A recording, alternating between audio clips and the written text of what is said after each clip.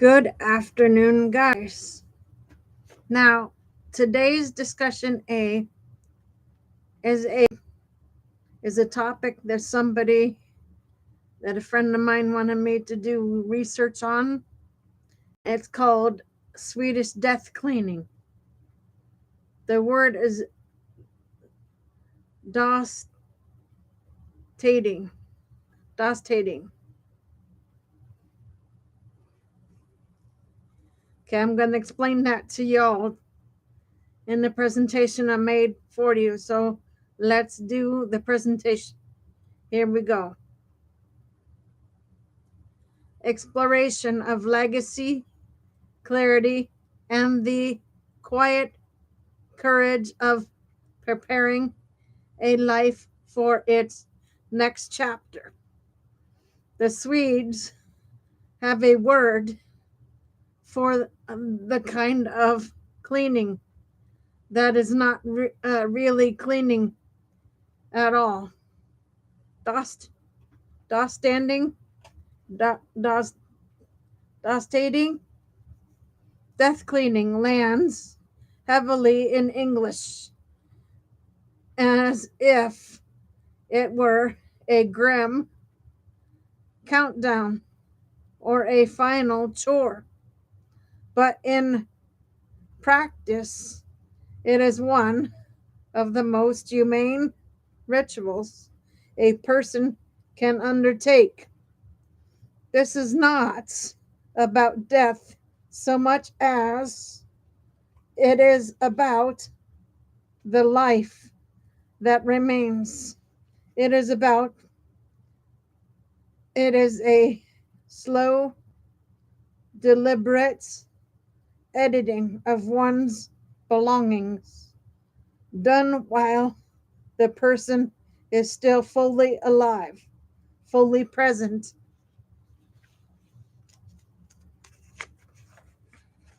and fully capable of deciding what their life means.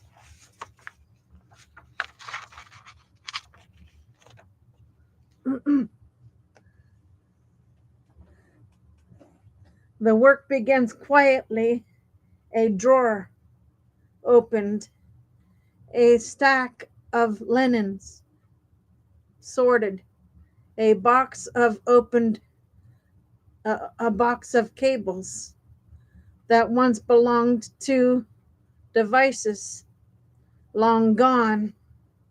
These are not drama in these early stages.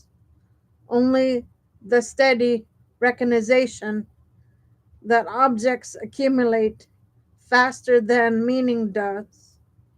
The Swedes advise starting with the latest emotional things, kitchen tools, office supplies, the coat you haven't worn in 5 winters.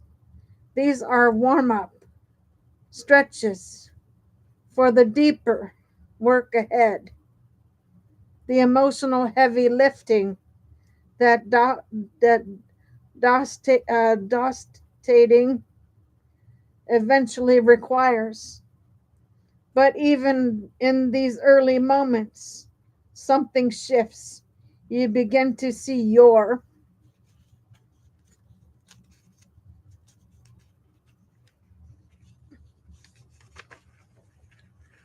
home not as a storage unit for every era of your life,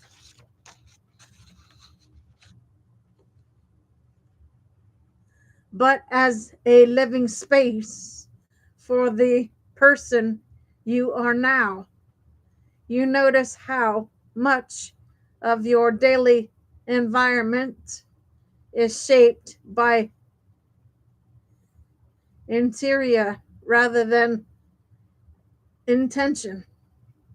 You feel the first hints of lightness in a subtle but unmistakable sense of your surroundings are beginning to match your present self.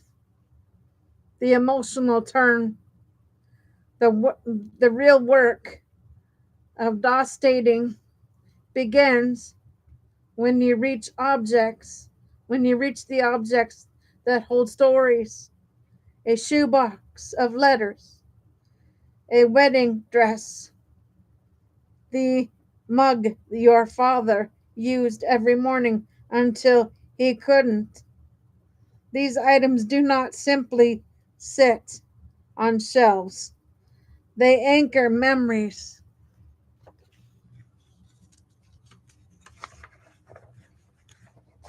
identities, relationships. They ask you to pause.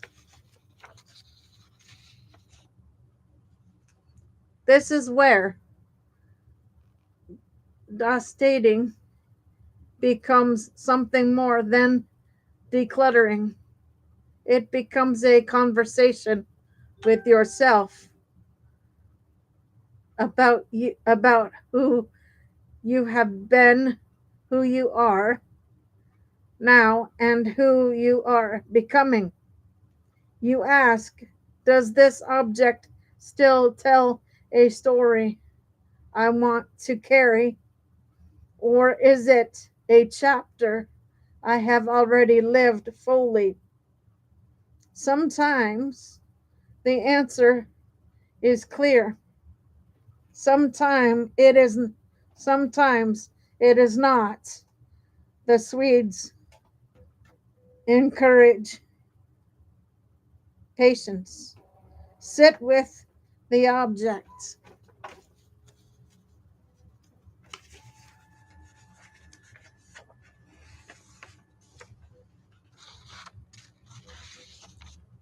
Hold it. Let the memory surface and then decide whether the memory lives in you or in the thing. If it lives in you, you can let the object go. This is not a rejection of the past. It is a recognition that the past does not need to be physically archived to be honored. It is an act of discernment, a way of acknowledging that meaning is not measured by volume, a gift to the living.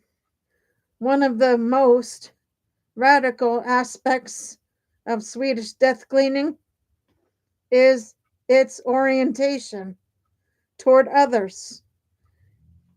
It is a practice of love, a way of easing the burden that would otherwise fall on family members after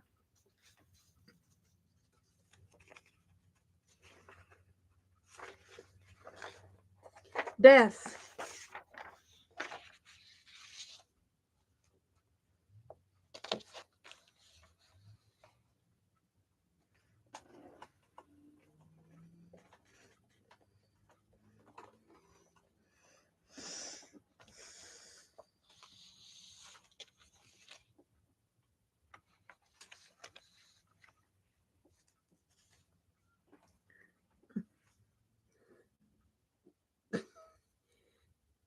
Anyone who has cleaned out a parent's home knows the emotional weight of sorting through decades of belongings, each object a question, each drawer a negotiation between grief and responsibility.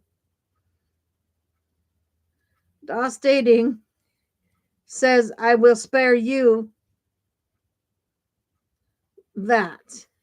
It says, I will make my life legible to you. It says, I will choose what matters so you don't have to guess.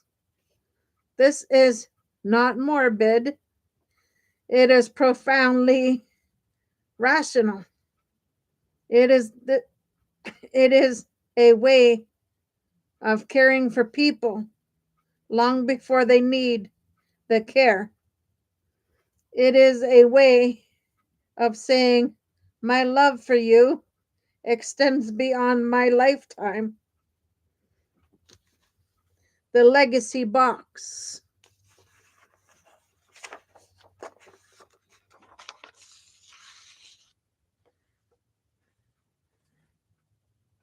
Many practitioner many practitioners create a legacy box, a curated collection of items that truly represent their life. Photographs, letters, a few heirlooms, a recipe written in your own handwriting, a note explaining why you kept each thing. This box becomes a map of your story, de- distilled and intentional. It is not clutter. It is narrative. It is the difference between leaving behind a house full of unsorted objects and leaving behind a small archive of meaning. It is a way of ensuring that your story is not lost in the noise of accumulation. Living more fully now.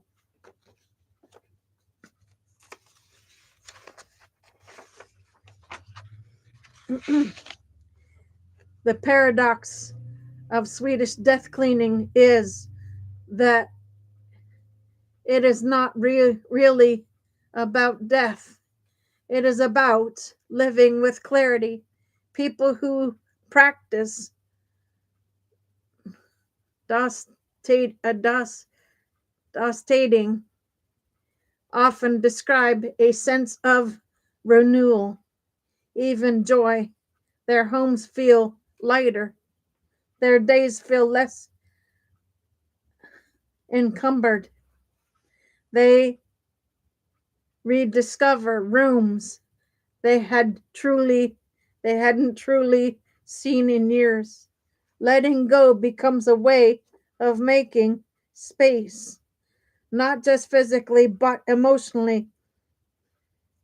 You begin to imagine the years ahead, not as a continuation of everything you ever you you've ever owned, but as a fresh chapter with room for new experiences, new relationships, new new versions of yourself.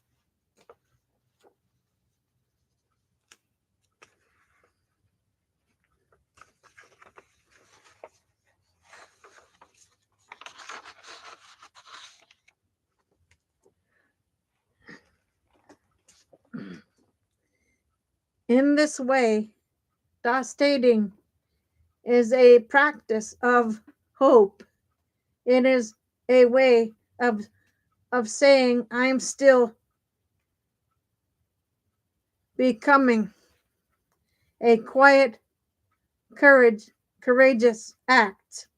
There is a there is courage in facing the final the the finalitude of life without fear.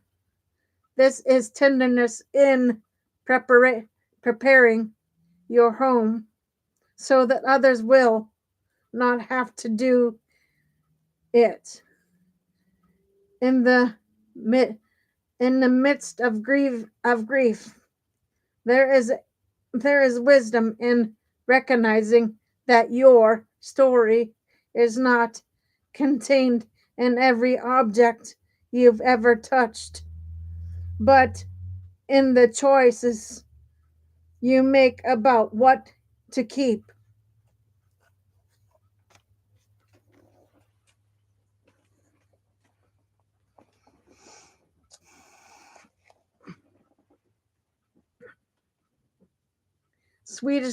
Swedish death cleaning is not a trend.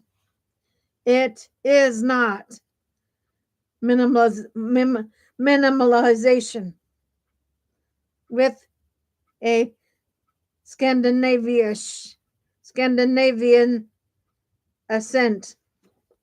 It is a philosophy of legacy, love, and intentional living. It is a way of saying,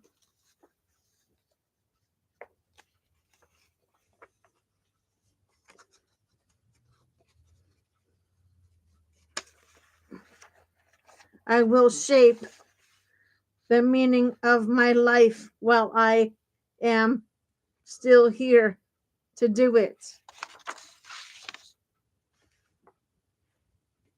And in the end, it is a reminder that the most important things we leave behind are not things at all.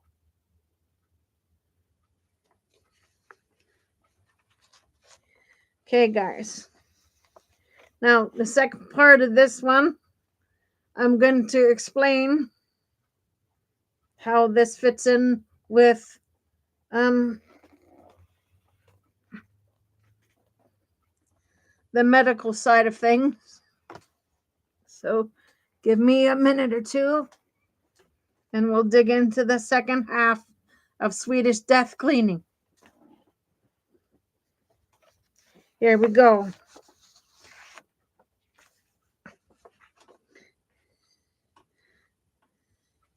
How a Scandinavian practice of intentional decluttering illuminates the work of caregiving, aging, and the ethics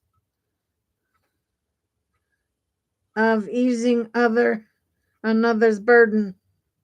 Sweden has a word for a kind of cleaning that is not real cleaning at all.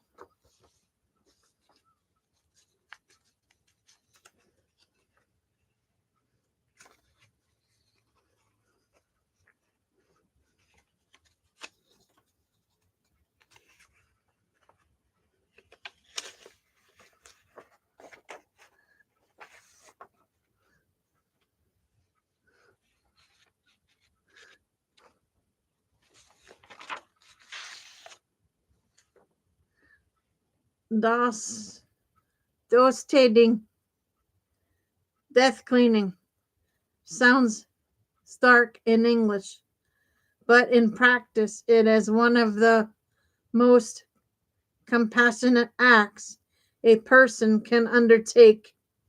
It is not a countdown to dying. It is a philosophy of living with clarity, preparing with intention, and caring for others long before they need the care. For clinicians, caregivers, and health system leaders, Distending offers a lens into how people confront aging, identity, and legacy, and how systems can support them. Why Distending matters in healthcare. Healthcare professionals routinely witness the consequences of a lifetime of accumulated belongings. When a patient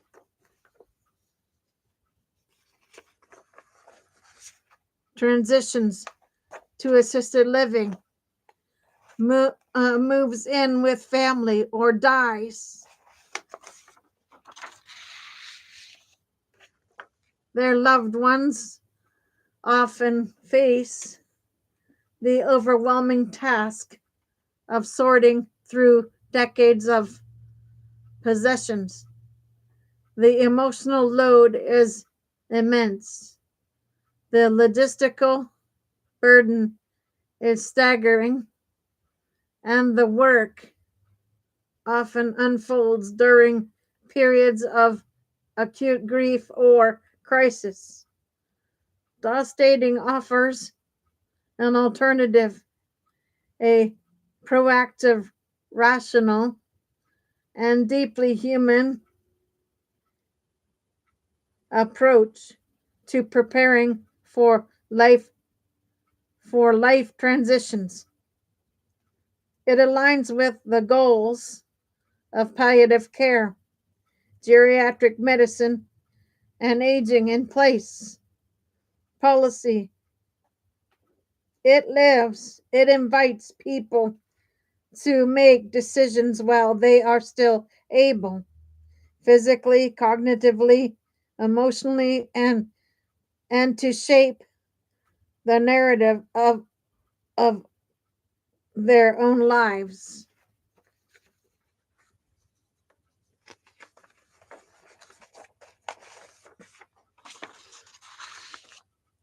For clinicians, it is a reminder that the work of care extends beyond the body. It touches the home, the family, the future, the practice, a slow editing of a life. The process begins simply a drawer, a shelf, a stack of linens. The Swedish recommend starting with the least emotional items, kitchen tools, office supplies, duplicated household goods. These early steps build confidence and momentum. But distending becomes meaningful when it reaches the objects that hold stories, a shoebox of letters, a wedding dress.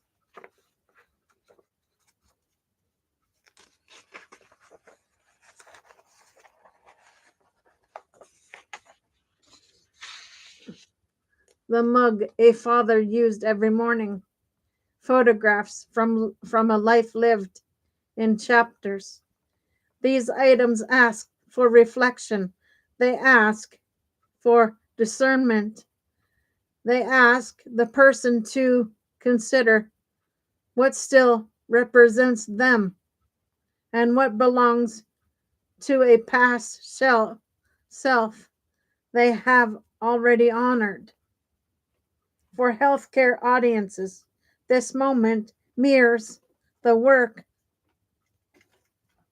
of life review, legacy building, and meaning centered therapy.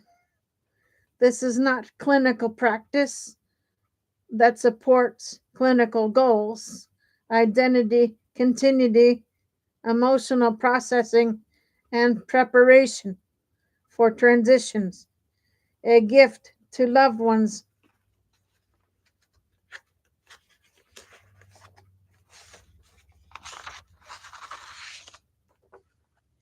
Anyone who has cleaned out a parent's home knows the emotional weight of sorting through decades of belongings. Each object becomes a question. Each drawer becomes a negotiation between grief and responsibility.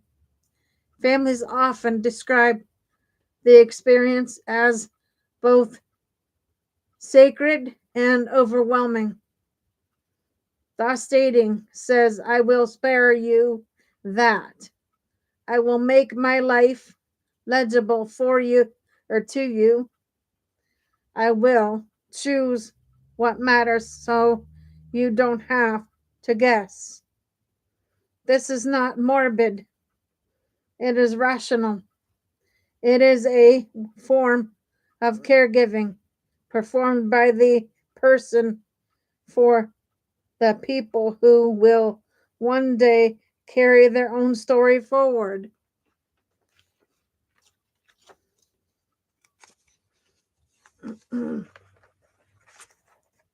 For clinicians, this reframes death cleaning as an act of anticipatory compassion. It is a way patients can participate in their own future care, even when they will not be present to witness it. The legacy box, a clinical parallel. Many practitioners create a legacy box, a curated collection of items that truly represent their life: photographs, letters, a few heirlooms, a recipe written in their own handwriting.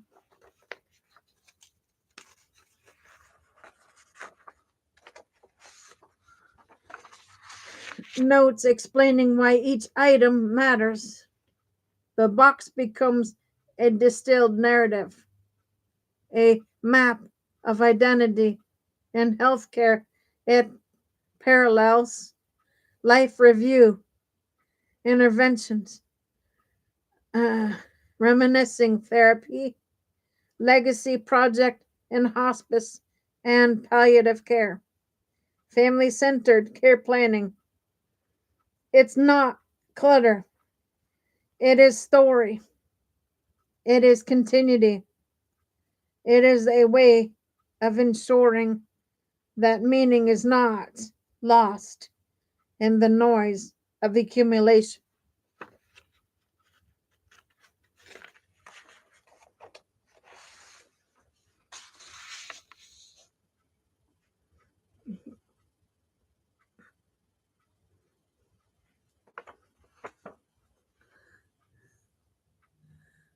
Thus stating as a public health practice beyond individual homes, dating has implications for health systems and policy. Supports age, supports aging in place by reducing environmental hazards and simplifying home navigation. Ease transitions to assisted living or skilled nursing, reduces caregiver burden, both emotional and logistical, aligns with dementia care, allowing people to make decisions before cognitive decline, limits their ability to do so.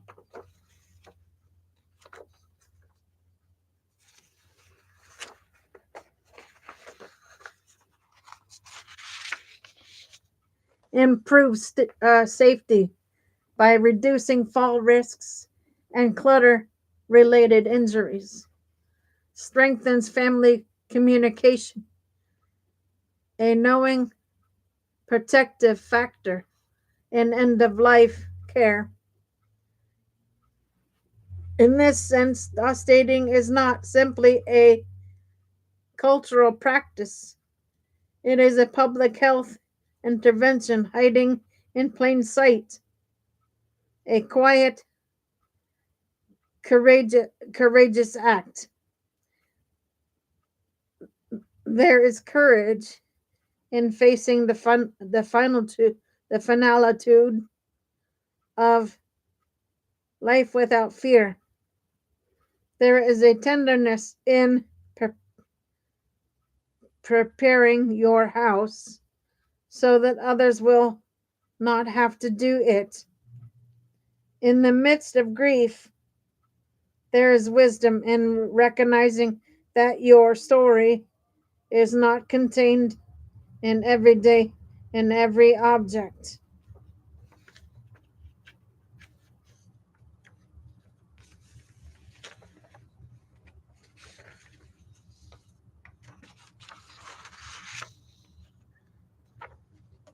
you've touched, you've ever touched, but in the choices you make about what you want to keep for healthcare audiences. DOS Dating offers a model of autonomy, dignity, and rational ethics. It is a reminder that preparing for death is not solely a medical process. It is a narrative process, a family process, a human process. Swedish death cleaning is not minimalism. It is not a trend. It is not a philosophy of legacy, love, and intentional living. It is a way of saying, I will shape the meaning of my life while I am still here to do it. And in the end, it is a reminder that the most important things we leave behind are not things at all.